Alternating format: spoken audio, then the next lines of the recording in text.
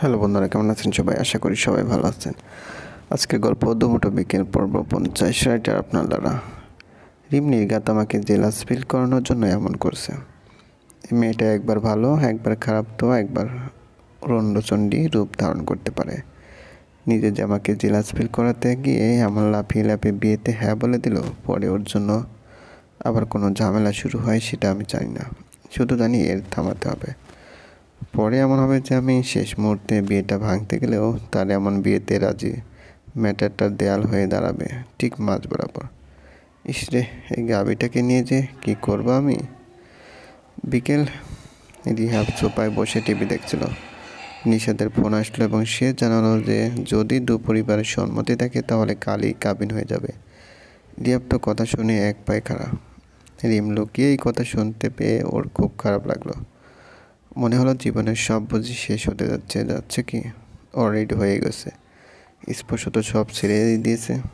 আমার হাত যে কিছুই নেই। স্পর্শত তার রুমের জানালা বন্ধ করেছে, তারপর বারান্দার দরজাটাও। রিম যেন আজও না আসতে পারে, তাই পরে আবার কোনো ঝামেলায় পড়তে হয় তা ভেবে এটা করলো। সাবধানতার কুল নেই, এটা মনে রাখতে হবে। রিমঝিম তো স্পর্শের এমন কাণ্ড দেখে তেলে বেগুনে জ্বলে উঠেছে। হাতের কাছে ইট পাটকেল থাকলে সব এদিকে ছুঁড়ে মারত সে। কিন্তু না, সব ভাগ্যের উপর ছেড়ে দেওয়া ছাড়া আর কোনো উপায় দেখছি না। হ্যালো চাচা, কি রে স্পর্শ? এতদিন পর আমাদের মনে পড়লো তোর? তাহলে একটা সাহায্যের দরকার অনেক, আর আমার মনে হয় তুমি আমাকে হেল্প করতে পারবে। কী সাহায্য? ওই যে তোমাদের সোসাইটির আনোয়ার মেয়ে আছে না, যিনি আমাকে আর রিমকে ধরে বিয়ে করে দিয়েছিলাম। কী হয়েছে? ওনার এফবি আইডি আছে তোমার কাছে? দেখতে হবে। কেন রে? আমাকে লিঙ্ক দাও, আইডির লিঙ্ক। কেমনে দেয় জানো তো? জানি, অতটাও গাইয়ে না, তুই অপেক্ষা কর, আমি দেখছি। পাক্কা 20 মিনিট পর চাচা আবারও ফোন করলো স্পর্শকে। বললেন আনোয়ার মিয়ার আইডি পাননি, তবে তার এক সহযোগী মিনাল হোসেনের আইডি পেয়েছেন। তার লিঙ্কটাও দিয়ে দিয়েছেন। মেসেজ করে স্পর্শের প্রথমে মন খারাপ হলেও পরে কি জন্য ভেবে সে মিনাল হোসেনের আইডিতে ঢুকলো। তাকে মেসেজও করলো, কোনো রিপ্লাই নেই। বয়স্করা আমাদের মতো সারাদিন নেটে থাকবেন না, এটাই স্বাভাবিক, কিন্তু স্পর্শ যে এখনই দরকার অনেক।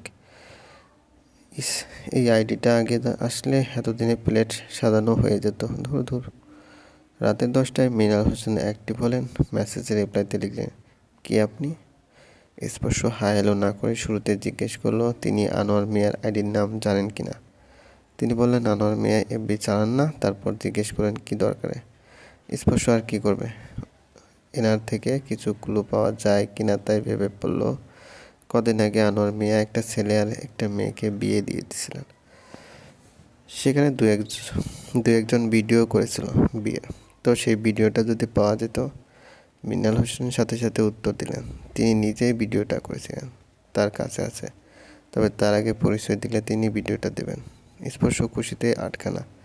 তারপর খুশি থামিয়ে নির্দ্বিধায় বলে দিল যার বিয়ে দিয়েছিল সেখানে সে নিজেই ছিল বর। লোকটা প্রথমে কত জ্ঞান দিল স্পর্শকে। যৌবনের তাড়নায় একটা বিয়েতে মেয়েকে একসাথে এক বাসায় রাখা। ভালো হয়েছে আনোয়ার মিয়া ধরে বিয়ে দিয়ে দিয়েছেন। এসব হ্যান ত্যান বলে অবশেষে তিনি ভিডিওটা স্পর্শকে দিলেন। স্পর্শ ভিডিওটি সেভ করে নিল। এরপর একটা ফেক আইডি অ্যাকাউন্ট খুললো মেয়েদের নাম দিয়ে। ওটা থেকে ভিডিওটি রিহাবকে পাঠালো সে রিহাবের এফবি আইডিতে।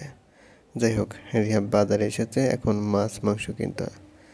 কাল নিশাদের পরিবারকে জমিয়ে খাওয়াবে এফবিতে, মনে হয় না আজ আর দিতে পারবে। যে কাজ ঘাড়ের উপর একের পর এক বড় ছেলেদের সব সময় কাজ বেশি থাকে। বাড়ি ফিরতে ফিরতে আজ অনেক রাত হয়ে গেছে। এই এরিয়াতে সবসময় 10:30টার পর তরকারির হাট উঠে বলে এত রাত করে রিহাব বাইরে ছিল। বাসায় ফিরে হাত মুখ ধুয়ে সে এক ঘুম দিয়েছে। ডিনার পর্যন্ত করেনি। মা মাছ মাংস সব সাইজ করছেন।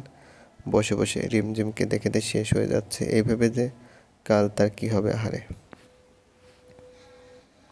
আমার সামনে কোনো পথ খোলা নাই, কি হবে আমার। দেখতে দেখতে সকালটা হয়ে গেছে। রিয়াব ঘুম থেকে উঠে মুখ না ধুয়ে অ্যাপবিতে গেল। মেসেজ রিকোয়েস্টের নোটিফিকেশনে আসলো। কোথাকার কোন অ্যাঞ্জেল উর্বশীর মেসেজ। রিহাব তেমন একটা মেয়েদের মেসেজ চেক করে না, তবে হুট করে অনেক দিন পর কোনো মেয়ের মেসেজ আছে কিছুটা কৌতূহল নিয়ে সে মেসেজটা চেক করলো। একটা ভিডিও দেওয়া। এবার আগ্রহটা আরও বেশি বেড়ে গেছে তার। সাথে সাথে ভিডিওটা ক্লিক করলো রিহাব। শুরুতে দেখা মিলল কতজন হুজুরে ইমাম, মুরব্বী সব বয়স্ক লোক। তার মাঝে শার্ট প্যান্ট পরা একটা ছেলে দুহাত ধরে মোনাজাত দিচ্ছে, মুখে আবার স্টিকার দেওয়া। যাই হোক, এটা তো রিহাব যা বুঝলো বিয়ে পড়ানো হচ্ছে এখানে। তারপর যিনি ভিডিও করছেন তিনি ভিতরের রুমের দিকে নিয়ে ভিডিও করলেন।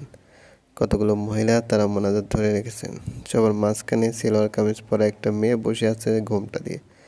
মেয়েটার মুখ দেখে রিহাব আঁতকে উঠেছে। আরে, এটা তো রিমঝিম। ভিডিওটি সম্পূর্ণ দেখছে রিহাব। সবার শেষে এক এক করে বাকিদের কথাবার্তা সে বুঝলো বিয়েটা রিমেরই। আর ওই স্টিকার দেওয়া ছেলেটার কারণ ওখানে উপস্থিত সবাই বয়স্ক পুরুষ মহিলা মুরব্বী টাইপের, শুধু যাদের বিয়ে হয়েছে তারা ছাড়া। রিম বিয়ে করেছে, এটা কে দিল আমায়? সব মাথার উপর দিয়ে যাচ্ছে। রিম আমাদের তো এসব কিছুই বলেনি। আর এটা কার বাসা? চেনা চেনা মনে হচ্ছে, মাকে জানাতে হবে। রিয়াব এক দৌড়ে গেল মায়ের কাছে। মা রান্নাঘরে সকালে নাস্তা বানাচ্ছিলেন। রিয়াব মায়ের সামনে ফোন ধরে ভিডিওটি প্লে করলো আর বলল, মনোযোগ দিয়ে দেখতে। মা কাজ ফেলে মনোযোগ দিয়ে দেখতে দেখতে শুরুতেই বললেন, এখানে তো বিয়ে হচ্ছে, আমাকে দেখাচ্ছিস কেন? মা, দেখো এটা রিম না? রিমের কথা শুনে মা ফোনটা চোখের আরও কাছে এনে ভালো মতন দেখলেন। এটা তো রিমি। রিমের বিয়ে হয়েছে? কই, আমরা তো এই ব্যাপারে কিছুই জানি না। আর কার সাথেই বা হলো? ছেলের মুখে স্টিকার কেন? রিহাব রিমঝিমের রুমের দরজার কাছে এসে পরপর নক করে যাচ্ছে। রিম কেঁদে কেঁদে ঘুমিয়ে পড়েছিল। এমন ধুমধাম আওয়াজে কানে আসতে হকচকে উঠে বসে পড়ল সে। তারপর বুকে থুতু দিয়ে বিছানা থেকে নেমে গিয়ে দরজা খুলল সে। রিহাব রিমঝিমকে টেনে ড্রয়িং রুমে এনে দাঁড় করিয়ে বলল, তুই বিয়ে করেছিস? কথাটা শুনে রিম ভূত দেখার মতন মুখ করে চেয়ে থাকলো। মা পাশে এসে বললেন, কাকে করেছিস? কলিং বেল বাজছে। রিম কিছু বলতে পারল না। রিহাব রিমের দিকে তাকাতে তাকাতে গিয়ে দরজা খুলল। ওপারে একটা লম্বা চওড়া দেহের ছেলে দাঁড়িয়ে আছে, গাল ভর্তি দাড়ি আর কচ্ছপ টুপি মাথায়। মোট কথা, তার মুখটা বুঝতে অনেক সময় লাগবে। যাই হোক, রিহাব ব্রিকুসকে বলল, কি চাই? রিমঝিম কি এখানে থাকে? লোকটার কথায় মনে হলো কেউ তার গলা চেপে ধরেছে আর সে খুব কষ্টে কথা বলছে। রিহাব আরও বেশি করে ব্রুকুসকে বলল, কেন? আমি তার বিয়ে করা বর, তাকে চাই আমার এখন। মা হনহনির কাছে এসে লোকটাকে ভালো মতন দেখতে থাকলেন। তারপর বললেন, একটু ভেতরে আসেন তো।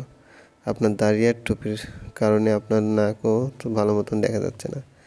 রিম এতক্ষণ এমন ভাব ধরেছিল যে সে ভূত দেখছে, আর এখন স্পষ্ট জায়গায় অন্য একটা লোকটা তার স্বামী পরিচয় দিচ্ছে। দেখে তার হার্ট অ্যাটাক হওয়ার উপক্রম। লোকটার সাথে সাথে ভিতরে ঢুকে গিয়ে সোফাতে বসে পড়লেন।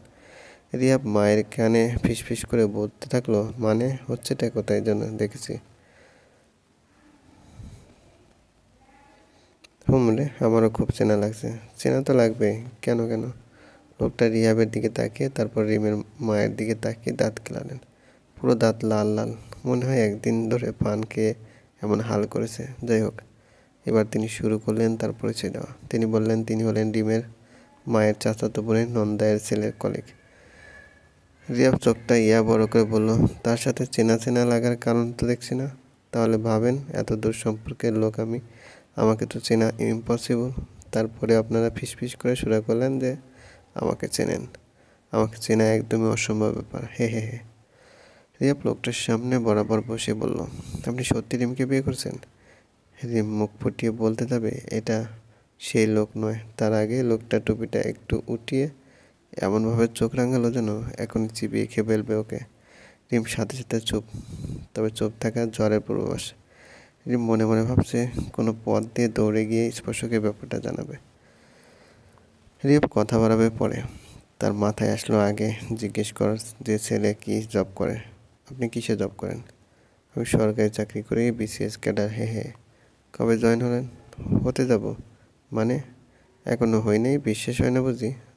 অবশ্য সরকারি চাকরি এমন একটা জিনিস অনেকে মানতে চায় না যে আমরা করি বা করতে পারি। মা একটু এগিয়ে এসে বললেন, মাত্রই তো বলেন যে করেন না। কই বললাম? মা মাথায় হাত দিয়ে ধপ করে রিহাবের পাশে বসে বললেন, এত পেঁয়াজ ছেড়ে হয়ে কেমনে দিতে পারে যে রিহাব?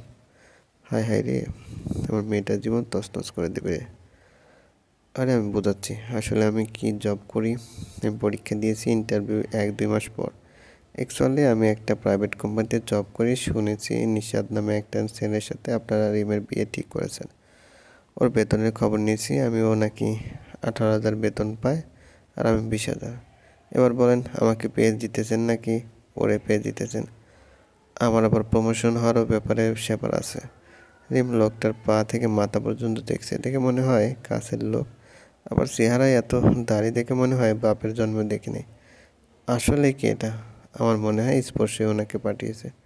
এবার বুঝলাম ভালো করে পায়ে পা মিলিয়ে চলতে হবে, নাহলে প্ল্যান ফ্লপ হলে স্পর্শ আমাকেই বকবে। কিরে রিম, কিরে রিমটা মধুর সুরে বলল রিহাব। রিম তো অবাক, পরে ভাবলো উত্তেজিত হয়ে হয়তো ভাইয়া মিষ্টি সুরে কথা বলছে। চলবে গল্পটি।